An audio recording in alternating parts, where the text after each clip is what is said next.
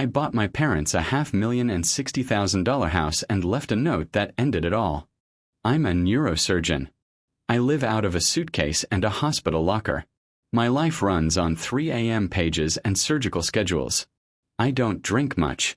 I run when I can.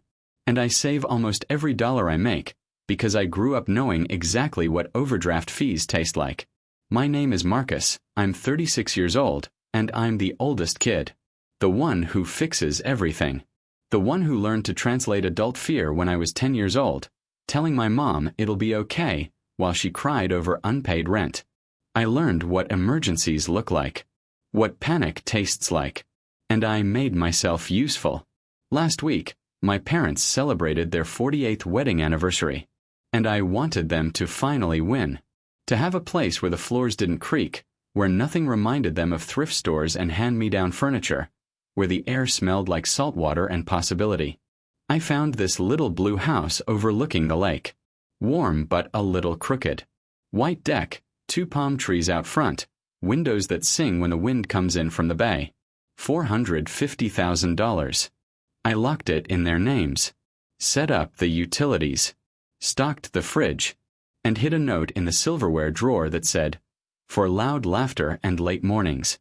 Love you, M." I didn't tell anyone, not even my sister. I drove over that day with a cake and a bottle of sparkling cider. The sky was that annoying kind of beautiful and the water was crystal clear. I was stupidly excited. But when I pulled into the driveway, there was already someone else's SUV parked there. That was wrong. The front door was open. The screen door slammed in the wind. I walked inside. My mom was in the kitchen holding a dish towel like a white flag. Her eyes were red. My dad sat in a chair, shoulders slumped, hands shaking, boxes everywhere. There were loud voices coming from the hallway. I hadn't even set up the TV in the living room yet. I barely made it to the living room before my brother-in-law Derek appeared. Football jersey, beer in hand, barefoot.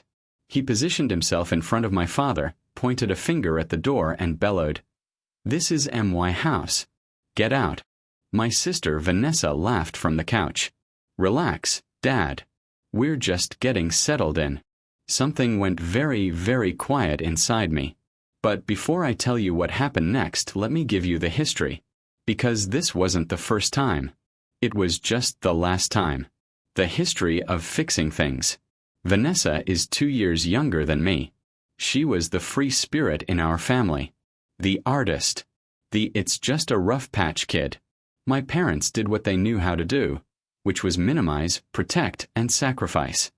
I did what I knew how to do, which was cover the gaps. First it was textbooks. Then a semester of tuition. Then a down payment on her first apartment before Derek's startup supposedly launched. The startup never launched. I paid for her oldest kid's braces when their dental insurance had some weird deductible. I co-signed a lease after an eviction. I took out a loan for a used minivan when the bank said no.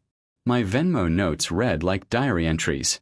Every transfer felt like control, like I could smooth down the big ugly edges of our family.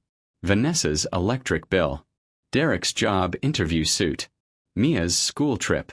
Rent again just this once. My parents helped too in smaller, quieter ways.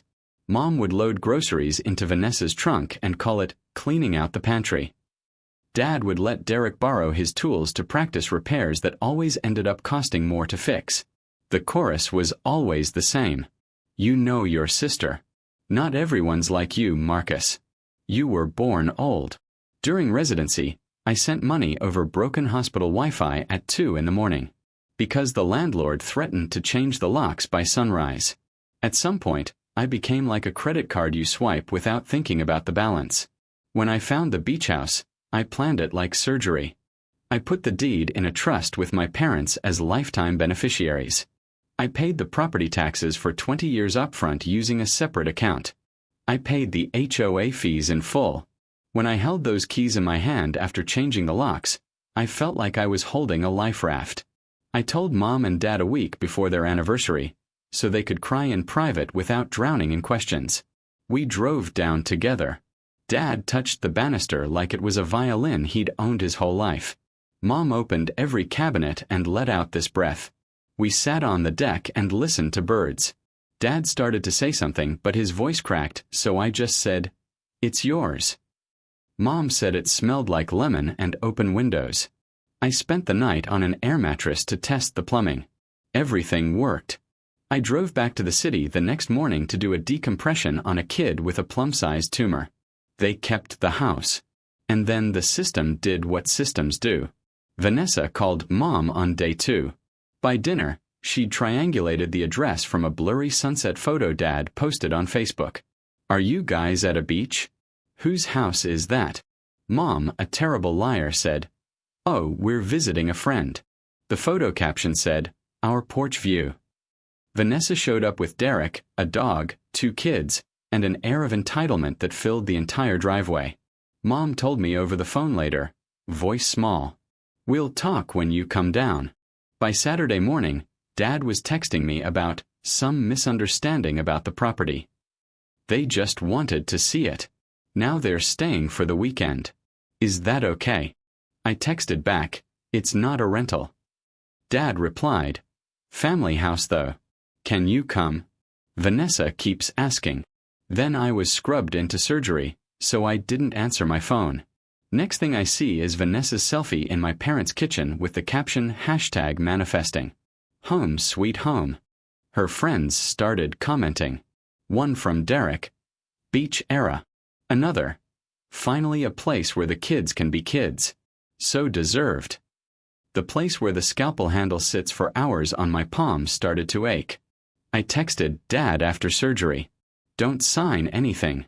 Don't agree to anything. Love you." I got released and drove straight there. I practiced calming phrases on the drive. "We'll reset this. We'll breathe. We'll set boundaries." Instead, I walk through that open door to Derek's voice already raised. "You two are old. Stairs are dangerous. You'll fall. This is a family house. We're family. We'll manage it." Mom was trying to speak. "But it's Marcus's gift." Derek cut her off. "He gave it to you. You're giving it to us. Same difference." Vanessa didn't even stand up. She just smiled. "Don't be dramatic, Mom. We'll handle the bookings." Bookings. Derek gestured to the view. Prime waterfront. Peak season. I already listed it this morning. Easy money. You two can use the basement during your off time. I looked at my dad's hands. They were shaking the way they do when he's angry and trying not to be. This is the same man who worked 3 jobs and still showed up to my high school orchestra concert in a dirty uniform. Now he was being told to step aside in a house he'd just learned was his. The confrontation. I was raised to be useful, not loud. But Dad's last text had asked me to come. And that was a request I couldn't file away for later.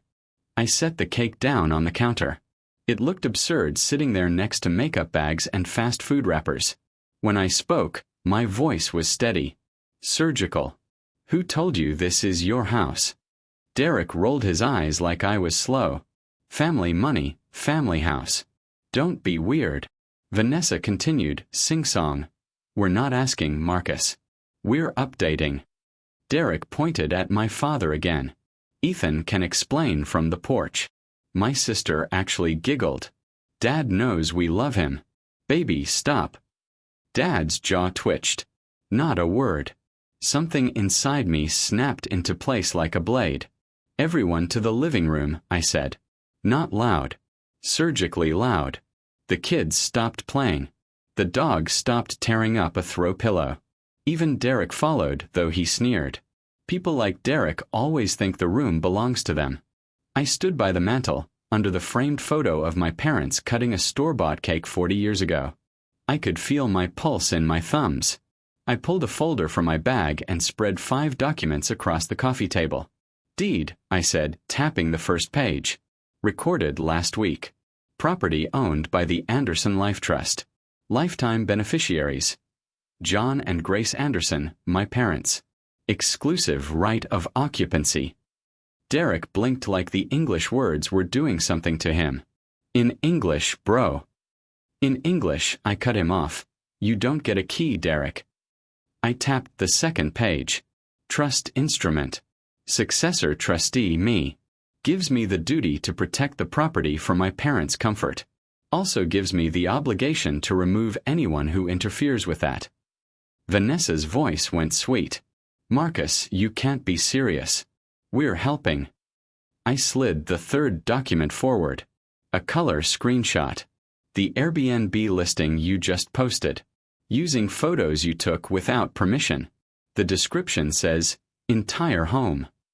The house rules say, no owner on site. The availability calendar. Booked every weekend through August. The payout goes to a bank account ending in digits that match yours.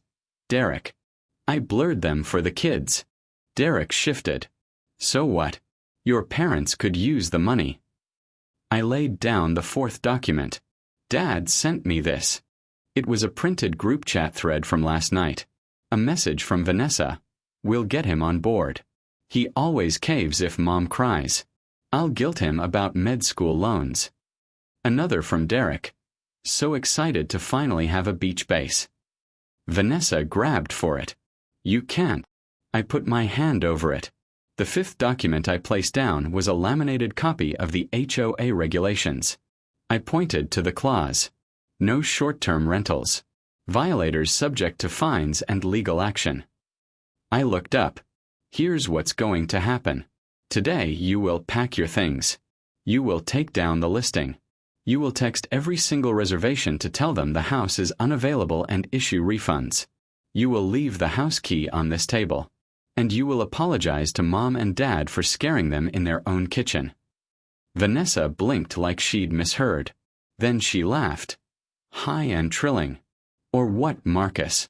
Or, I said, I'll fulfill my trustee duties. Derek stepped forward, puffing his chest like we were 12. Duty this. I stayed surgical. Because Mom whispered, Derek, please. I don't like yelling. I don't like yelling either, I said. I like precision. I placed my phone on the table, screen up. There was a draft email with attachments. To the HOA board. A report for illegal usage. A second email to the local council. A third to the county recorder with the Airbnb link attached. I'd called a locksmith named Victor from the highway when Dad sent that first text about some misunderstanding. Victor was parked 2 houses down. Derek saw. He shifted his weight. You wouldn't.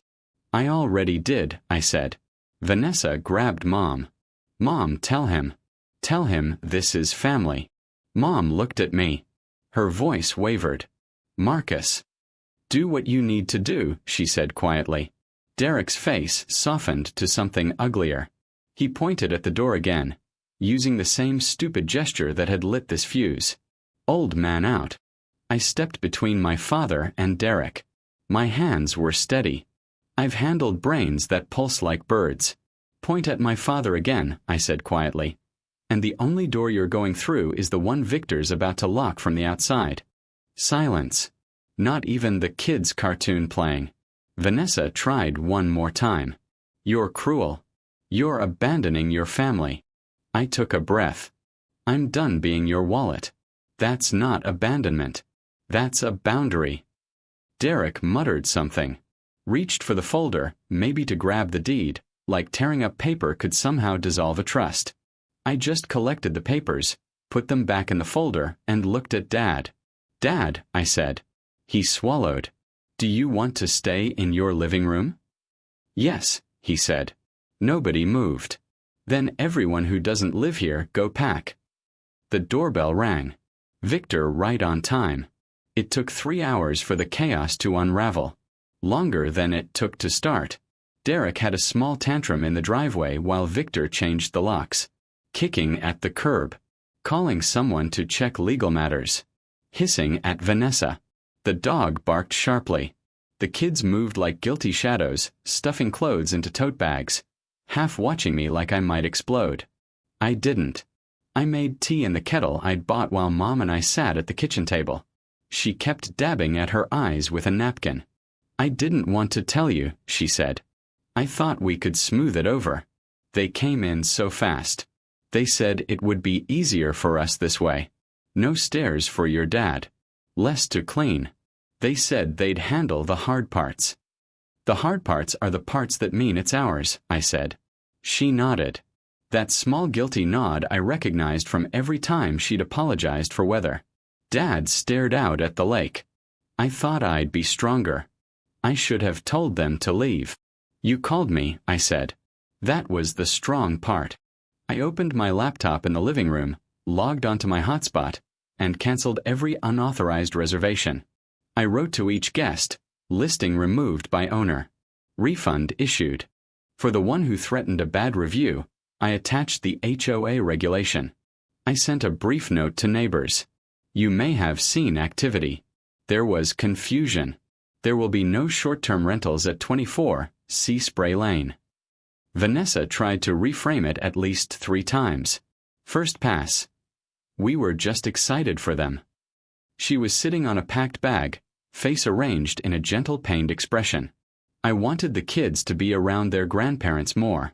You know how much you work. Second pass. It makes sense if you think about it. You're never there. They're getting older. We're the ones with energy. Third pass, when I didn't protest. You think money makes you the parent, Marcus? It doesn't. You buy things so you don't have to be a person. I looked at her. I bought a house for our parents. I didn't buy a permission slip for you to steal it. She flinched. Then she tried one more thing, frozen at the door. Well, remember this. I hope I do, I said. Derek wouldn't surrender the key. He grinned. Come and take it. Would have been cute if Victor hadn't just installed the keypad lock 10 minutes earlier. I reached around Derek, pressed the 0 button, and reprogrammed it to a code Dad had chosen. Derek watched all his leverage evaporate in the sea air. He tried a different angle. You think you're clever with your papers and your guy? I know I am, I said evenly. And my guy just told me a trust beats a tantrum. I wasn't lying. When they finally loaded the boxes into the SUV, Vanessa paused on the porch. You could have just talked to me, she said. I've been talking to you for 10 years, I said.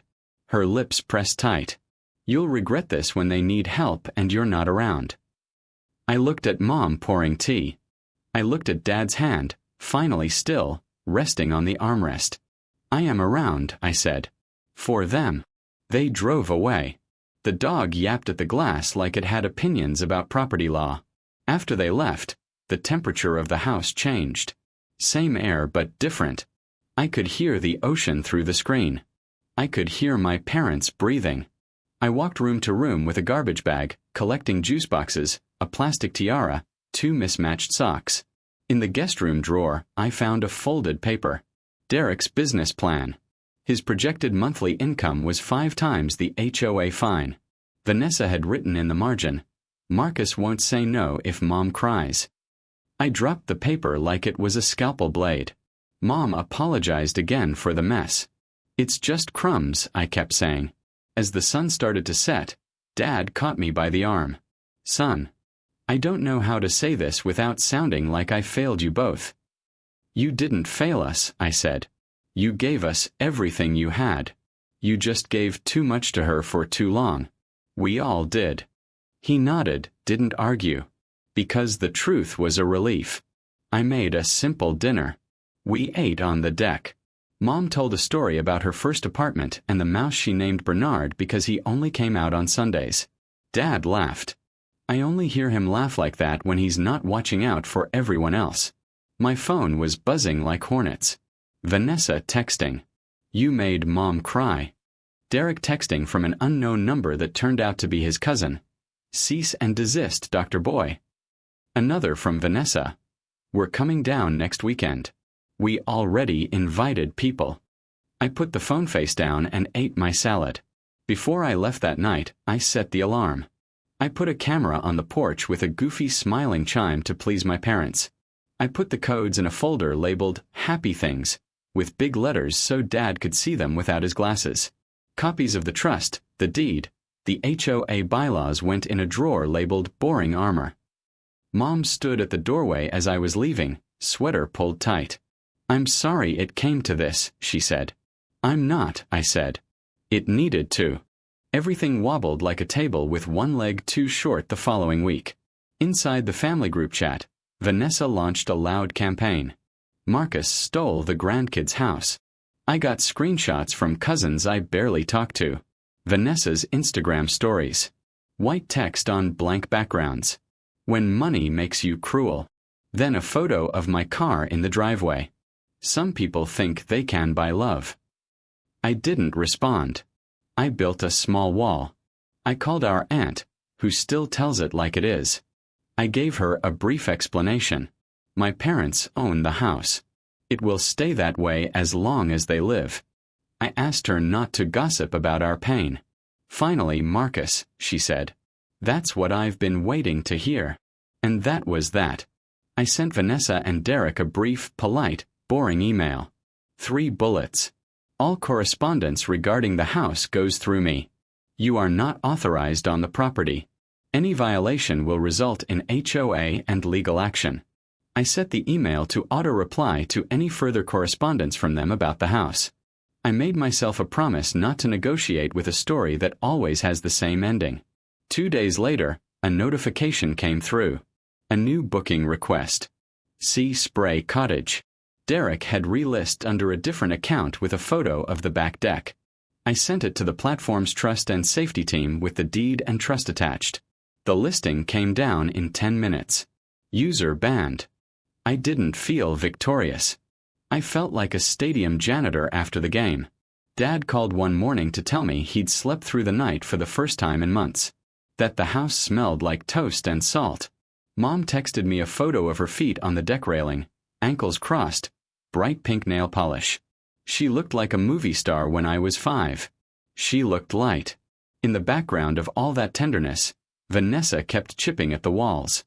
She sent me a payment request through an app. For emotional damages. She wrote a letter addressed to my parents as your primary caregiver, a statement that had never been true. Derek posted a meme that made me look like I harvested organs for cash. Syringe inside a $sign. Their noise didn't change the air inside the little blue house. One evening, Vanessa called from a blocked number. I'm either hopeful or soft, so I answered. She went silent when she heard my voice. Then she tried a whisper. A new tactic. Marcus. Listen. We're behind. Derek lost his contract. We're about to lose the apartment. The kids. I closed my eyes. At a certain point, empathy becomes fuel. Vanessa, I said. I will not discuss the house. So money matters more to you than family? Her mask back on. Boundaries, I started, are how I can be family and not a bank. She hung up. I let the silence sit there like a healing patient. Watched over, protected, somehow hurting but also mending. I drove down early 2 weekends later. Coffee in a thermos. Stethoscope still around my neck from habit. The water looked flat silver, like it was holding its breath. I fixed a sticky door hinge. I hung tennis balls in the garage at the right depth so Dad could pull the car in without hitting the wall. I labeled the breakers because Dad loves labels.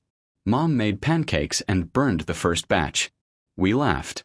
We sat at the table and talked about nothing. Jan, the neighbor who keeps shells in a jar on the fence. The pelican that refuses to be respectful. For an hour, nobody mentioned Vanessa. The surface felt clean. After breakfast, Mom touched my hand. I'm going to talk to your sister. Not to argue. To say no. I'm not asking you to choose, I said, and I meant it.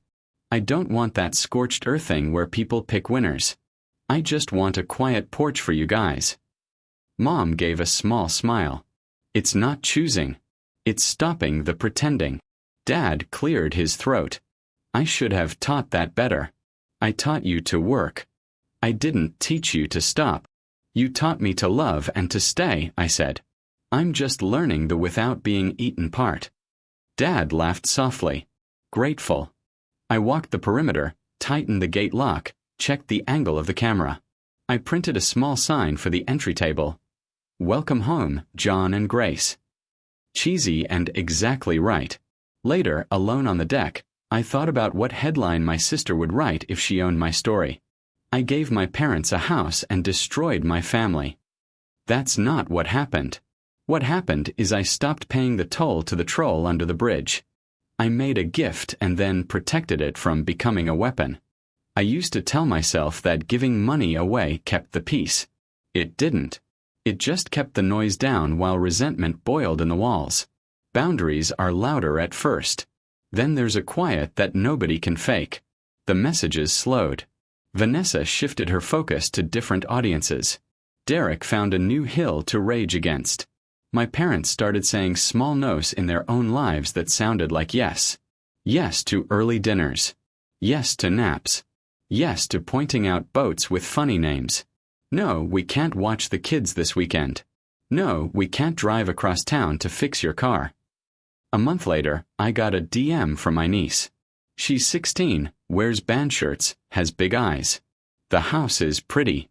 Grandma looks happy there. I wrote back, come visit. With Grandma's permission. No bookings. Just pancakes. She sent back a laughing emoji. Okay. A small ceasefire with someone who didn't do anything wrong. I drove there last night after a late case. I needed to see the house lit from the inside. Through the window, I could see my father reading in his chair. Glasses slid down his nose. The same way he sat in our last apartment when the only light we had was the glow from the TV. Mom had a puzzle on the table, a blanket on her lap. The sound of the ocean threaded under everything like bass notes. I didn't go inside. I stood on the sidewalk and let the quiet tell me what this was all about. What I know now. Here's what I know now. Love isn't covering up someone else's bad choices with your body. It's not applauding chaos because the person causing it is related to you. Love is a house with locks and warm light. Love is paper documents when people won't stop. Love is telling your parents to rest.